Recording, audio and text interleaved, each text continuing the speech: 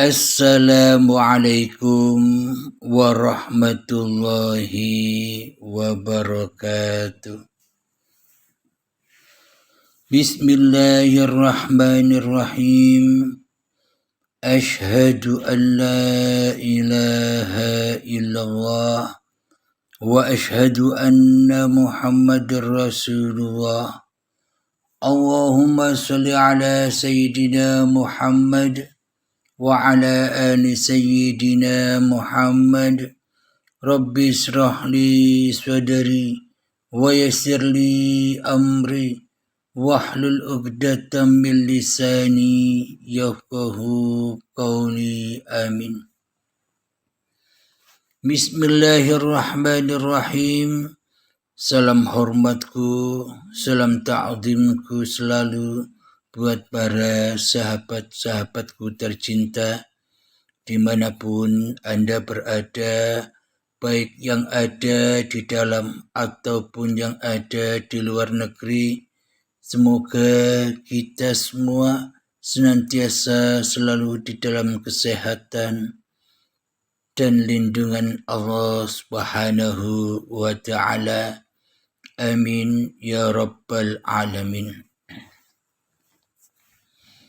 Bismillahirrahmanirrahim. Di subuh yang indah ini, marilah kita mengkaji diri kita agar kita bisa sampai, agar kita bisa mengenali siapa yang ada pada diri kita ini. Alhamdulillahirabbil alamin. Jadi kajian saat ini, kali ini tentang hadas besar. Jadi menurut babagan syariat, hadas besar itu ya mandi besar. Mandi untuk menghilangkan najis-najisnya badan. Itu di sisi manusia yang serba manusianya. Jadi dengan membuang atau melaksanakan hadas besar ataupun kecil yang mensucikan masih ala manusianya. Jadi beragama dan bertuhan serta bersyariat masih ala manusianya. Hukum-hukum manusianya masih jauh dari hukum-hukum Tuhan, masih jauh dari agama, keyakinan, akidah, dan takwa kepada Tuhan. Karena ketika diri manusianya masih lebih wujud daripada wujudnya Allah, ketika diri manusianya masih merasa paling hidup daripada hidupnya Allah, ketika diri manusia masih merasa berkuasa dari kuasanya Allah, maka selamanya manusia hanyalah mensuci-sucikan dirinya sendiri. Manusia membangga-banggakan dirinya sendiri. Manusia mengeluh-eluhkan dirinya sendiri karena manusianya tidak bertuhan di dalam hatinya kecuali bertuhankan dirinya sendiri selama ini, termasuk saya juga. Sama, kita semua umat manusia sama pernah di makom atau duduk di tempat yang sama. Sesuai Al-Qur'annya, kullu nafsin dha'iqatul maut. Setiap yang bernyawa pasti akan terkena kematian. Makna setiap yang bernyawa pasti terkena kematian itu maknanya pasti manusia terkena dosa-dosa besar. Manusia terkena hadas-hadas besar. Apa kematian itu? Apa hadas besar itu? Yakni kematian dan hadas besar itu adalah ketika hati manusia sama-sama ingkar kepada Tuhannya, sama-sama mensekutukan Tuhannya, sama-sama jauh dari Tuhannya, sama-sama hanyalah bertakwa, sama-sama hanyalah beriman, mengesahkan, mentauhidkan hawa nafsunya sendiri di dalam hatinya. Itulah yang dimaksud Allah sebuah kematian jiwa. Itulah yang dimaksud Allah hadas yang besar yang wajib disucikan. Jadi percumalah kita beriman dan berakidah. Jadi percumalah kita beragama dan bertuhan selagi kita masih menyandang hadas besar. Selama kita masih menyandang dosa-dosa besar. Selama kita masih menyandang kufur terhadap Tuhan yang telah menciptakannya, maka semua agama dan bertuhan, maka semua laku syariat-syariat yang kita jalani pun hanyalah dosa-dosa besar saja. Kenapa kok dikatakan dosa besar? Karena kita belum bersuci dari hadas besar. Karena kita belum bertaubat dari dosa yang amat besar, yakni mensekutukan Allah di dalam hati kita dengan diri kita sendiri. Allah disekutukan dengan makhluknya. Allah disekutukan dengan ciptaannya. Allah disekutukan dengan barang-barang yang dibuatnya sendiri. Coba kita hayati, coba kita pikirkan. Contoh, selama ini kita manusia membuat segala sesuatu selama ini. Berbuat apa saja, contoh membuat kue, membuat apa saja. Apakah kira-kira ada yang sama persis apapun buatan kita dengan diri kita? Contoh ketika kita membuat kue, apakah kue itu persis dengan kita? Contoh kita sebagai pencipta, pembuat motor, mobil, alat-alat pertanian, alat-alat elektronika, dan sebagainya. Apakah ada salah satu dari ciptaan-ciptaan, semua ciptaan-ciptaan kita itu ada yang sama persis plek dengan diri kita? Coba kita hayati dan kita pikirkan. Jadi tak satu pun ciptaan-ciptaan yang pernah kita ciptakan, tak satu pun buatan-buatan yang pernah kita buat itu ada yang sama persis seperti kita. Tak satu pun ada di dunia ini. Kenapa? Karena ciptaan, karena buatan itu adalah buatan makhluk, maka tak akan sama persis. Tak akan pernah bisa sama dengan yang membuatnya. Sama halnya Sang Pencipta. Selama ini kita menyangka Hanya kita yang wujud, hanya kita yang hidup, hanya kita yang berkuasa, hanya kita yang bisa ngapa-ngapain di dunia ini. Berarti kita seolah-olah kita tidak sadar selama ini kita telah menyamai Tuhan. Kita telah mensekutukan Tuhan. Kita telah syirik kepada Tuhan, dan itulah hadas yang amat besar, kenajisan yang amat besar. Ketika diri kita masih merasa wujud di dalam hati kita, ketika kita masih merasa hidup di dalam hati kita, itulah tabir-tabir yang menghalang-halangi hamba pulang kepada Tuhannya. Dikira seolah-olah Tuhan itu sama dengan kita. Kewujudan Tuhan sama dengan kita. Kehidupan Tuhan sama dengan kita.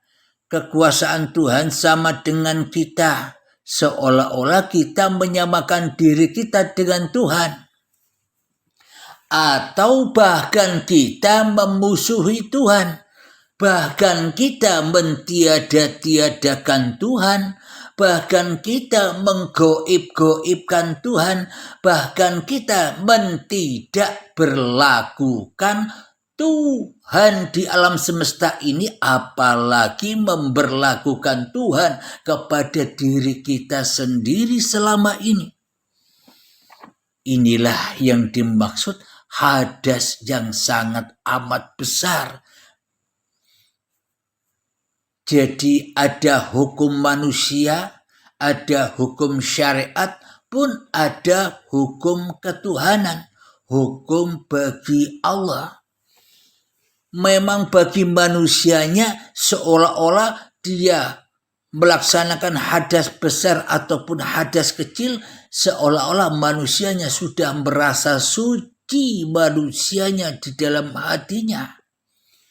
Inilah manusia yang menyerupai kesucian Tuhannya. Kenapa? Karena kesucian Tuhannya telah dirampasnya di dalam hati manusia menjadi kesucian manusianya selama ini. Bila hadas besar ini, bila kenajisan ini, bila dosa yang amat besar ini tidak segera kita taubati, maka ya percumalah Anda sekalian, percumalah saya juga, percumalah umat manusia memeluk sebuah agama dan mengaku-akui punya Tuhan, padahal di dalam hati kita, kitalah yang mentuhani Tuhan. Kitalah yang merekayasa Tuhan. Kitalah yang mempermainkan Tuhan. Dan kitalah yang memusuhi Tuhan selama ini tanpa kita sadari. Itulah bukti-bukti yang sangat amat nyata. Hadas besar di sisi Allah adalah ketika manusianya masih mensekutukan Allah di dalam hatinya. Mana mungkin manusianya bisa kembali kepada Tuhannya. Jadi rukun iman itu kembalinya hamba kepada Tuhannya, rukun Islam itu kembalinya hamba kepada Tuhannya, maka rukun iman dan rukun Islam itu akan jatuh, akan hancur, akan tak berguna. Hanya kiasan-kiasan saja bagi manusia yang belum kembali kepada Tuhannya. Jadi rukun Islam yang diketahuinya, rukun Islam yang dijalaninya selama ini hanya di dalam kepalsuan, hanya di dalam dusta-dusta yang sangat amat besar saja. Karena bagaimana mungkin kita bisa bersahadat atau menyaksikan Tuhan sementara kita masih membawa hadas yang begitu besar, masih membawa dosa yang begitu besar, masih membawa kesalahan yang begitu besar, masih membawa persekutuan dan kesyirikan yang begitu besar di masing-masing dada kita selama ini, termasuk saya sendiri. Jadi manakah mungkin kita bisa suci sementara di dalam dada kita masih mensucikan hanyalah diri kita sendiri, sedangkan di dalam dada kita masih ada wujud diri kita sendiri daripada Tuhan. Sementara di dalam hati kita masih jadi sang penguasa diri kita di hati kita selama ini daripada dikuasai oleh Tuhan yang menciptakan diri kita. Inilah ketidaksamaan antara sang pencipta dengan yang dicipta. Seperti yang kita ilustrasikan, logikakan di atas tadi, maka tak akan mungkin yang dicipta itu sama dengan yang mencipta. Jadi untuk melepaskan dosa-dosa atau untuk melepaskan hadas-hadas yang besar ini bagaimana? Jadi bila tidak digurukan, mencari guru pembimbing, maka selamanya kita akan dimursidi, kita akan dinasehati, kita akan selalu dan selalu disesatkan oleh iblis dan setan bila kita belajar sendiri, bila kita hanya menyimak di YouTube saja tanpa datang kepada guru yang bisa menyampaikan, yang bisa menuntun sampai selesai, sampai lulus di dalam baiat, bimbingan baiat. Jadi selama ini kita seolah-olah aku kan sudah kenal Allah, hidupku ini kan Allah, aku di baiat Allah. Bila Anda pengertiannya begitu, silahkan. Jadi apa bedanya? Sama seperti waktu iblis setan disuruh sujud kepada Adam, tapi tak mau merasa lebih mulia daripada Adam. Jadi bila belajar tanpa guru pembimbing, ya akhirnya setannya tak mau sujud kepada keadamannya, pura-puranya paham, seolah-olah paham, tapi tambah jauh dari apa yang dipahaminya, karena tidak digurukan, tidak mencari pembimbing yang bisa membimbingnya. Maka dari itu orang-orang yang merasa sudah paham, yang merasa sudah ngerti, jangan berbahagia dulu. Tapi bila itu jalan Anda, ya silahkan ikuti. Bila itu memang kemauan Anda. Kita kembali kepada hadas besar tadi.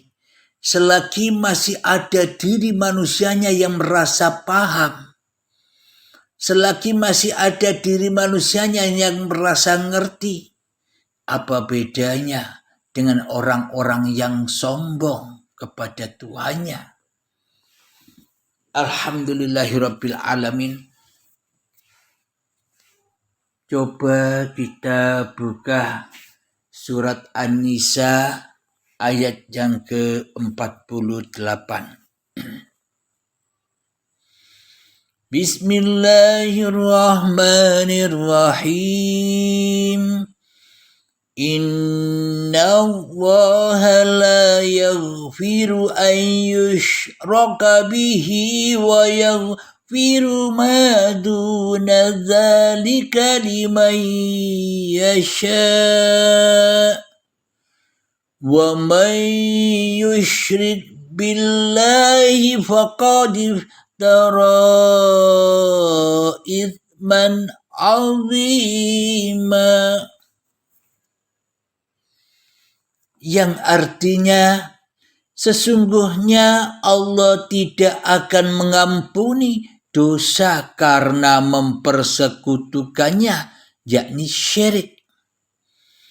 Dan Dia mengampuni apapun dosa yang selain syirik itu bagi siapa yang Dia kehendaki.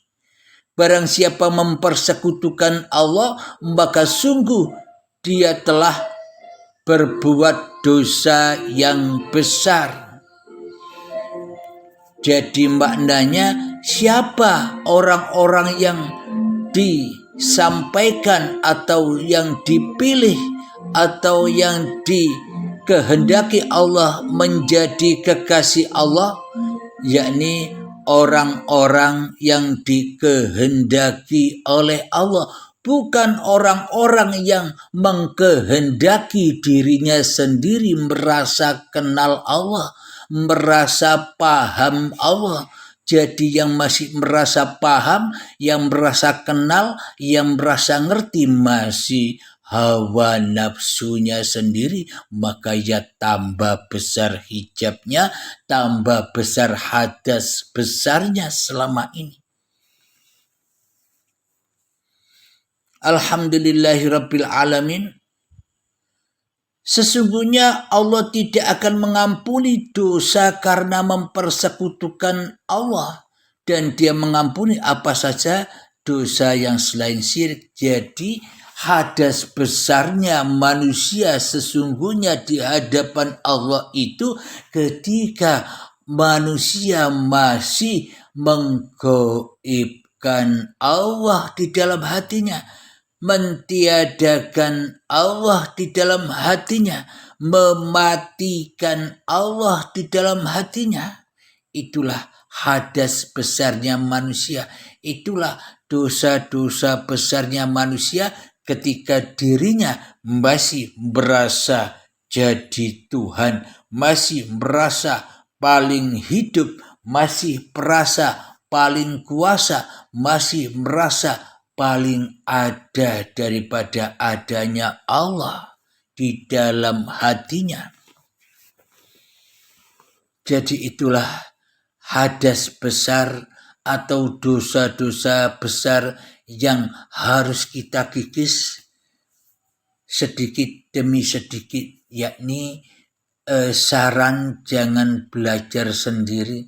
Kalau belajar sendiri akhirnya ilmunya tidak bermanfaat.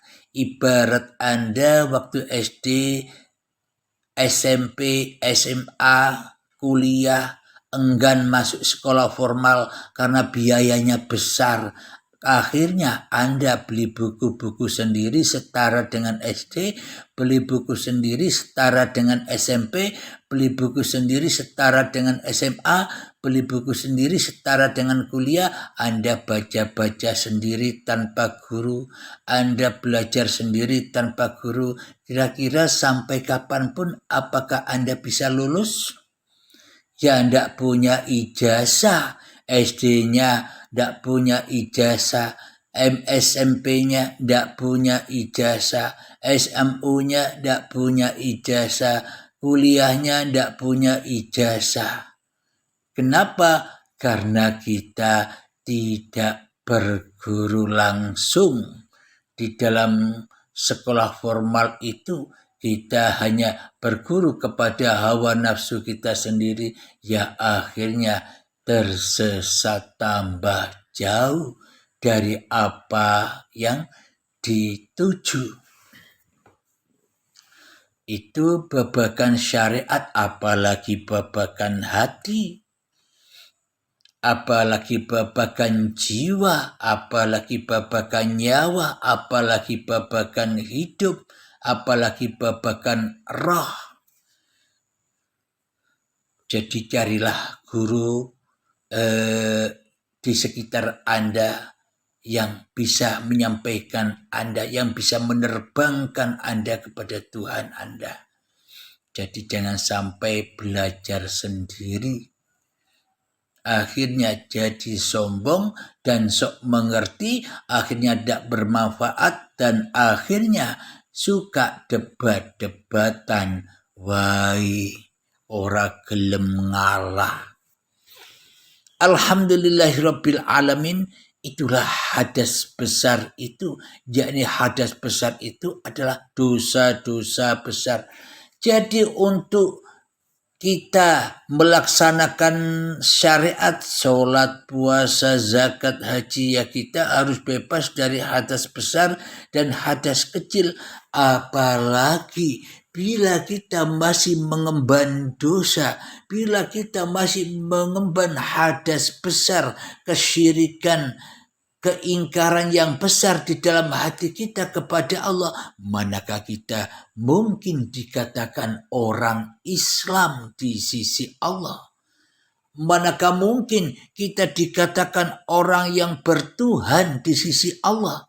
Bertuhan saja tidak, berislam saja tidak di sisi Allah, apalagi bisa sholat, apalagi bisa zakat, apalagi bisa puasa, apalagi bisa haji. Semuanya hanyalah tipuan-tipuan iblis dan setan belaka.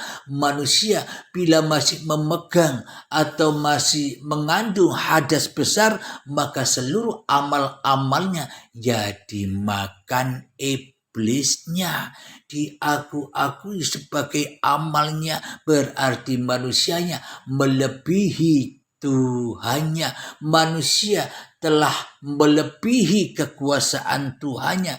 Manusia sudah melebihi kehidupan Tuhannya. Manusia sudah melebihi keakbaran, kebesaran Tuhannya di dalam hatinya. Alhamdulillahirabbil alamin. Jadi inilah yang dimaksud hadas besar yang di syariat itu hanyalah kiasan saja, hanyalah simbol saja.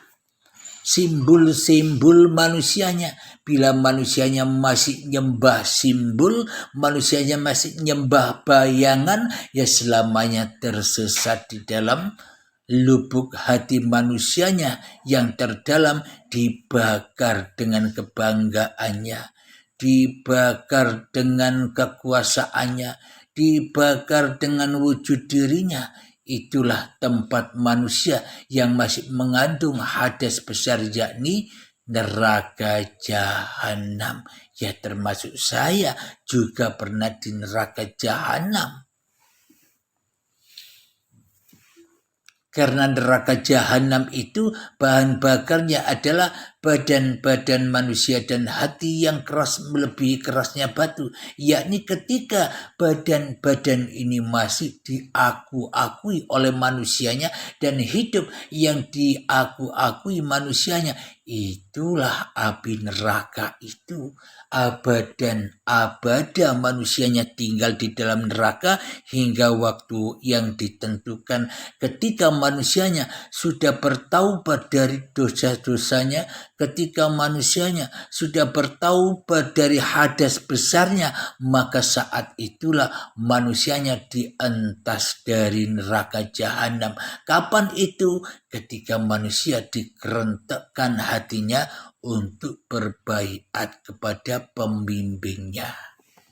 Itulah abadan abada itu. Itulah kedewasaan hati itu.